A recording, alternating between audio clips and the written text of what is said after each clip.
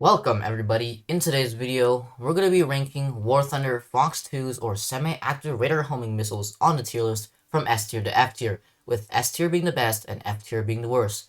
Recently, I also made a video on IR missiles on the tier list, so if you guys want to see that video, it will be in the description below. Anyways guys, a missile being Fox 2 basically means that you need to keep the lock on your enemy once you shoot the missile. This is different than Fox 3's because with a Fox 3 missile, you can basically unlock your enemy and have the missile guide itself into the enemy. So anyways, without further ado, let's get straight into the video. Starting off with our first missile, the AIM-7C. Now the AIM-7C is a pretty primitive missile in War Thunder. This is only found on one plane, the F3H, and this missile is basically bad in every aspect. It has a poor motor, meaning it does not have good range, it's not fast, and it also is just quite hampered in its pull, meaning it's super easy to dodge. One more thing about the AIM-7C is this missile flies straight for around 2 seconds before it actually starts pulling, meaning that this thing will basically be very, very easy to dodge and outpull in every aspect. So don't expect to get a lot of kills with this thing. It will definitely be an F tier missile. Our next missile will be the AIM-7E. Now the AIM-7E is obviously going to be better than the AIM-7C. The only two problems with this missile are basically 1, range, and 2, this missile does also take a long time to start pulling. Once you shoot it off the rail, it has a 1.8 seconds before it actually starts pulling, meaning it flies straight. This is a big issue when you're shooting people who are 1, close up, and 2, maneuvering, meaning you will have a difficult time picking up kills with this missile. And I honestly got pretty frustrated flying this thing when I was using the F40 and the AIM-7E. So this missile just really isn't the best. I put it in C tier, and along with the fact that this missile doesn't really, it gets chaffed way too easily, it wouldn't really be up there with any of the other missiles. Now our next missile will be the AIM-7F. The AIM-7F is a pretty solid missile. This thing has very, very good range. You can hit people from 20 kilometers plus pretty reliably, and when it comes to 30 kilometers plus, you probably want to have some altitude or going really, really fast. This missile is pretty consistent too. There was a time period in War Thunder where the AIM-7s just were not hitting people at all. They were flying in random directions for no reason. But nowadays, it's pretty much resolved. This missile pulls 25 Gs, which is hard enough to hit most people, and it has pretty decent reaction time.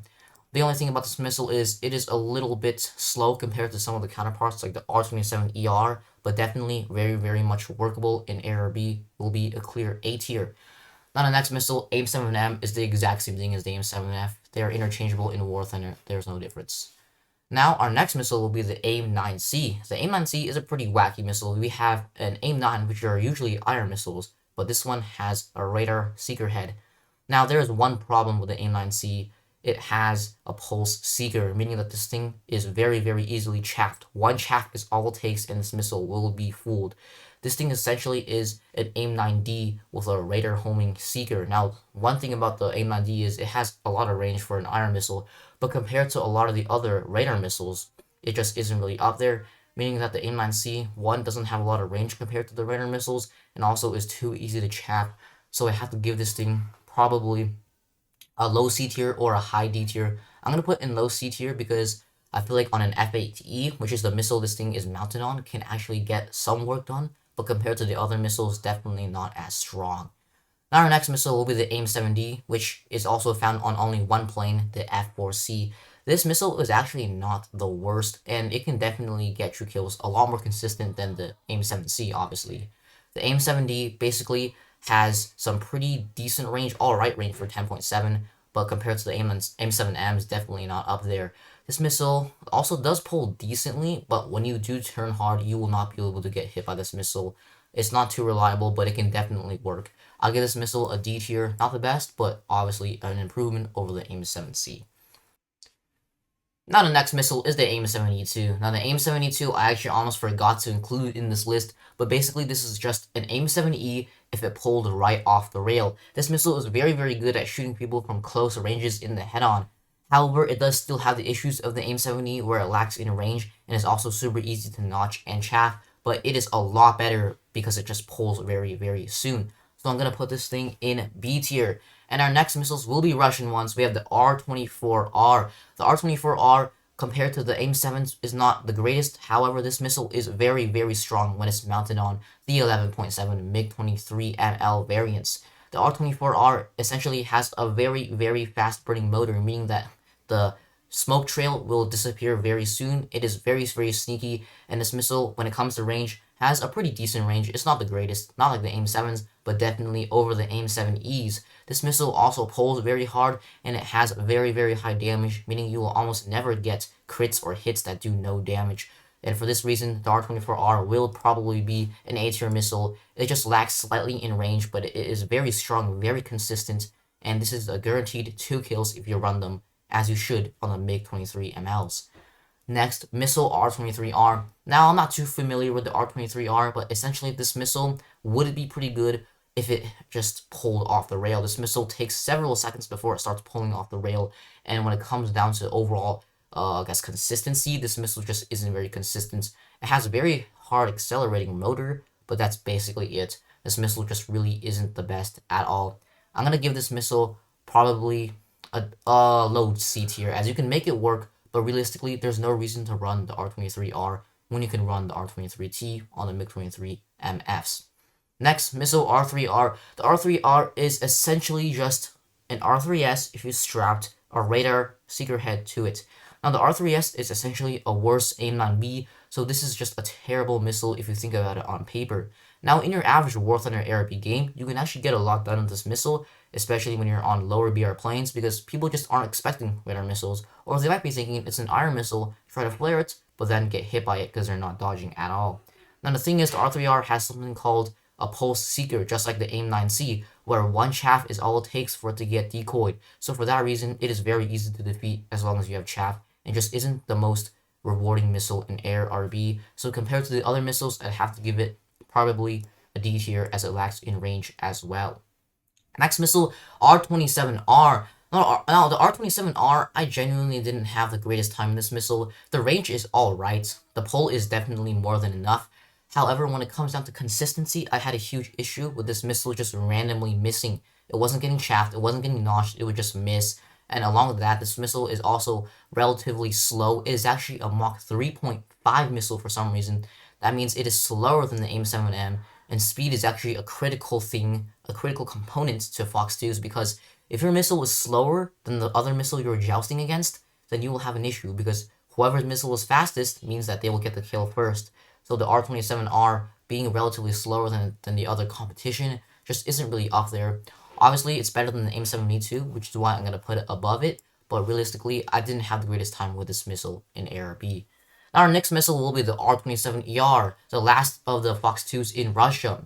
The R27ER is a very, very strong missile. This missile has amazing range. You can hit people from over 30 kilometers pretty consistently, and even there are videos online of people hitting 60-kilometer shots, and realistically, you're not hitting that in your average ARB game, but it is definitely possible with such a strong missile. This missile has amazing pull, amazing range, and it is super fast with over Mach 5, meaning that you can win basically any joust against other Fox 2s. If you think about this missile kinetically, it is actually better than most of the Fox 3s, besides maybe the Mika M at close range. Well, definitely worse than the Mika M at close range, but this missile still is very, very strong. It's a shame that it's a Fox 2, or else this missile, being a Fox 3, if it was, would be very, very good. Still, compared with other semi-active radar homing missiles, this would definitely be a clear S tier as the best Fox 2. Next missile, we have the British Skyflash. Now, there's not too much to say about the Skyflash. It's basically a better AIM-7E2. As a flight performance, it just is better, but realistically, it's not that much better. You're not going to really see the improvement in your average ARB game, but it is kinetically a better missile. Our next missile will be the Skyflash SuperTEMP. And a Skyflash SuperTEMP would just be a Skyflash if you gave it a lot more power and more consistency. The Skyflash SuperTEMP has a lot better motor, meaning that you can hit people from a lot further ranges, and it is a lot more consistent and pulls faster off the rail. This missile is very, very strong. It is on a Tornado F3, so kind of on a bad platform, but really it is very, very strong missile. I'd probably give it an A tier. Some of you might disagree, but I'm going to put it behind the R24R. Now our next missile will be the Aspide. Now the Aspide is kind of like an improvement over the Skyflash. This is an Italian missile. It is on the F-104 ASA and also on the Chinese J-8B. This missile is mounted on some pretty poor radars, but this missile itself is not bad. Basically an improvement over the Skyflash, having better kinetic energy. I'd put it right here above the Skyflash, in between the R27R. Now our next missile is a French missile, the 530F. The Matra 530F by itself on paper pulls quite a lot. This missile is basically undodgeable. There is one crippling problem of this missile. It has a pulse seeker head. It does not have CW seeker head, meaning that this missile gets chaffed very, very easily. Once again, it's the same thing on R3R and the AIM-9C. One chaff is all it takes to fool this missile. This is a pretty common trend with the French missiles. As you guys will see, this missile just isn't the greatest when it comes to hitting people, and do not expect to get too many kills with the 530F. So for that reason, I'm going to put this missile definitely probably C tier below the AIM-7E. Now the next missile is the R511. I have 2 copies here, so just ignore that, guys.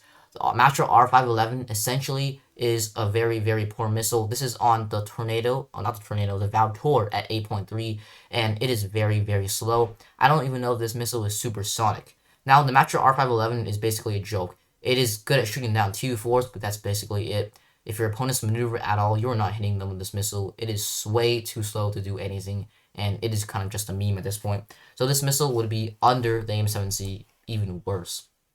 Now our next missile is actually pretty decent. We have the Matra 530D. Then the Matra 530D, I haven't flown this missile out, but it is pretty similar with the AIM-7Ms in performance, but just slightly worse. It has some pretty good range, it pulls pretty hard, and it is around the same speed as the AIM-7M of Mach 4.0, so it actually gives this missile A tier, in between the 24R and the AIM-7M, but up there, it is not really up there with the AIM-7M at all. Well, it is pretty close in performance, but definitely not the same thing. Now, next missile is the Matra R530, and once again, this is a big boy radar missile. It is pretty slow. It doesn't really have the greatest range, and once again, it has the same exact pulse seeker as the R511 and the 530F, meaning one chaff, this missile is gone. So I have to give this missile probably also an F tier. I mean, this missile is not too good at ARB hitting targets, but I feel like it is rather more consistent than the R511 and the AIM-7C, just not quite up there. So that basically wraps up the video. This is the tier list in front of you guys right now, the final one. And if you guys watched to the end, thank you so much for watching the video. I recently hit 100 subscribers, so thank you so much. Another thing I want to talk about is my last video, or my second to last video, about the Iron Missile tier list. I kind of made some errors on a lot of the missiles, like the AM-3 and the R-73. I'm sorry for these issues. I didn't mean to spread misinformation, so if you guys do see anything wrong with the tier list, please do tell me in the comments below and correct me, please. Anyways, guys, this will probably be one of my last videos for the week. So thank you so much for watching, and I'll see you guys in the next video.